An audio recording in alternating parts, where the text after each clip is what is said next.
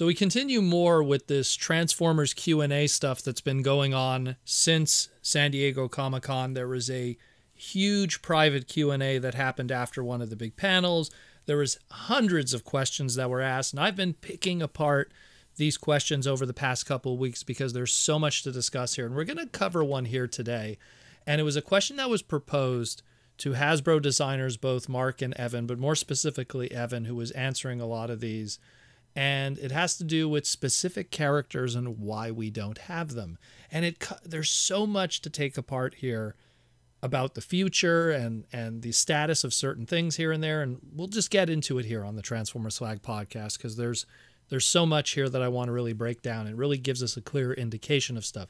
So the question that was proposed to them was, there's a lot of characters that we've never seen before made into toys that are from the show or other places, such as Animated's Marauder Megatron, Animated's Power Master Optimus Prime, other Allspark characters, etc. Things exist that are in a more Nubius state. In other words, would you be able to do characters like that? And Evan replied, unsure depending on how they are created. If it was created by a studio that we were going to work with for a show, then technically it should be our property. If it is a fan-created item or from some other outlet, then there might be some creator rights we'd have to look into first. One example of that being the Allspark Almanac. Really want to touch up on that one. It is interesting because the rights and issues get a little complicated, especially when dealing with even some of the Japanese media. Like, we don't have the rights for certain Transformer characters that are in them, specifically the human characters. Those aren't ours, which is really weird. And then there's even stuff that we'd like to do that was produced by TV Magazine, which was launched back in the day with the manga. Some of those characters are one-offs, and there's right issues with those.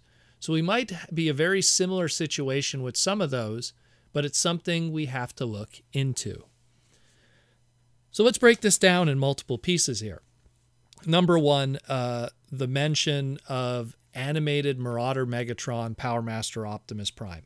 So any of those Takara Tomy designs, those Hasbro designs, they were done in prototypes. They were ideas that were in-house pretty much. Those are fine. Marauder Megatron, prototype, Power Master Optimus Prime, those are internal sketches from, I want to say, Eric Siebeneller and the crew, along with the Takara people. Those are all cool. Those could be done, I imagine, the way they would be tackled in the modern day is, they won't take those old designs or those old prototypes and bring them today. I think they'll reimagine them with, today's budget and today's, engineering and plastics and everything like that. So don't expect like a one-for-one, animated prototype hotshot to like bubble to the surface or something. So something that's going to be brand new. But what was very interesting, what he mentioned, is the Allspark Almanac and it being a more fan-created outlet. And that's something that I remember Derek Wyatt used to say all those years ago.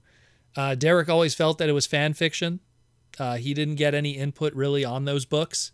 And the two guys that were behind those books, specifically one of them, to use wrestling vernacular, always went into business for themselves and still do to this very day in a lot of ways. And I won't name names, but one of those dudes is not very respected behind the scenes in the Transformer creative world, be it IDW or Hasbro, especially during that time when Derek was still around. I guess that belief still continues to the modern day Hasbro today and its staff, but I won't get too much into it. But the point is, a lot of that is considered fan stuff. So those Allspark Almanacs, unfortunately, don't get your hopes up with a lot of that. This also kind of like dives into probably why specific characters we never got. I mean, I've always talked about Botanica here on the podcast, and it's like, well, Botanica was a animation-only mainframe Beast Machines character that never got a toy or merchandise or anything like that. And, I think that it's just one of those cases that, unless there's a trademark or something that exists, they don't got it. And you kind of then look at stuff like, well, they did a Transmutate figure, and that was an animation-only one-shot character from Beast Wars, and that was mainframe. But when you really look at that story, it's like, okay, yeah, Transmutate did get a character, But that was the 10th anniversary, Build-A-Figure thing, which had DVDs included from Mainframe. So I'm almost pretty sure there was some kind of contractual license or agreement that happened with that whole process and the Transmutate figure, which I'm pretty sure, including the DVDs, probably opened up that conversation to some of those license exclusive characters. When they talk manga exclusive characters, I'm pretty sure they're talking about Gilthar or Gilthor, however you want to pronounce it. That Optimus Prime Megatron fusion by the Quintessons that was created by Matsumi Kaneda back in the TV magazine days of, I want to say that was 1987 that character came out.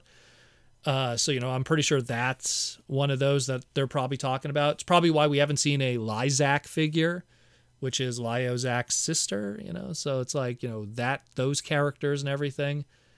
Anything that's been featured in media that, pretty much Hasbro hasn't made into a sellable, trademarked, mass-produced item, there's a reason for that, I guess. There's probably a lot of different ownership things going on there. And the mention of human characters is an interesting one. Because, does that mean, like, it would be more difficult to see, like, a figurine of Jan from Victory or, Kain from Transformers Zone, like, with his cool mech armor kind of suit there? Like, would that be more difficult to do? Is that why we didn't get that Artemis figure with Masterpiece Lyo Convoy at the last moment when it got canceled from the figurine in 2020? Is that because that's like an Aishi production only anime character, and while they showed it off in the magazines of like, Hyper Hobby and everything, Artemis got pulled from that Masterpiece release ultimately in the end? Is that probably what happened? It's very interesting. Now it makes us really think. But this kind of makes sense because we've had a lot of issues in the past with other human characters in Transformers. See all the rights and ownership problems that we had with like Circuit Breaker with Hasbro and Marvel. But then we all know how, we could finally settle it with other characters, I guess, because we got G-Axis at some point, and then at some, even human characters, we got the Robot Master at some point through Bakon. Maybe that was more, backdoor dealings with that, but that was actually based on a real person too, through Marvel. So it's like, how did all of those happen? I mean, it gets rather complicated. But now there's a new wrinkle to things we kind of have to think about when we request some of those obscure characters. And that's one of those things of where was the origin? Where was it made? And does Hasbro have any, rights to it? Clearly the live action movie stuff, I'm pretty sure they had that all filed and planned from day one. And that's why we could still get a Shia figure 5, 10, 15 years from the day, because I'm pretty sure those contracts and likeness agreements were signed all those years ago. And that's that. I would not worry too much about the animated stuff, especially like the Marauder Megatron and everything, because again, those are Hasbro internal. But yeah, it's just, a lot of wacky stuff. So, I mean, that's just my 2 cents on it, but I'm pretty sure this gives us an even better indication of how it'll be to get some of those, really obscure characters. Where are they going? I mean, we just got DevCon, but we've been getting DevCons for a couple of years now, so they probably had that figured out a while back, and same thing, maybe G-Axis, maybe that was all figured out back in 2001 when we had that orange Jetstorm release. There's probably, they figured out the trademarks and the character back then. Who knows? It's a whole long story. And that, again, Simon Furman, that's Marvel Comics, G2. It's a long conversation with that one. But anyways, just kind of wanted to cover that because it kind of gives us a better indication of what's going on for the future with some of the few little things that we have not done in figural form at this point. So tomorrow will be a Transformer Tuesday. Just want to remind people. So there's going to be a lot of wild things we're going to be talking about. Probably they'll be dropping on pre-orders. Transformers Missing Link, Beast Wars again with the BWVS stuff, as well as who knows what else. We will see. But we'll be talking tomorrow. Thanks for listening on the Transformer Slag podcast, and I'll talk to you again real soon.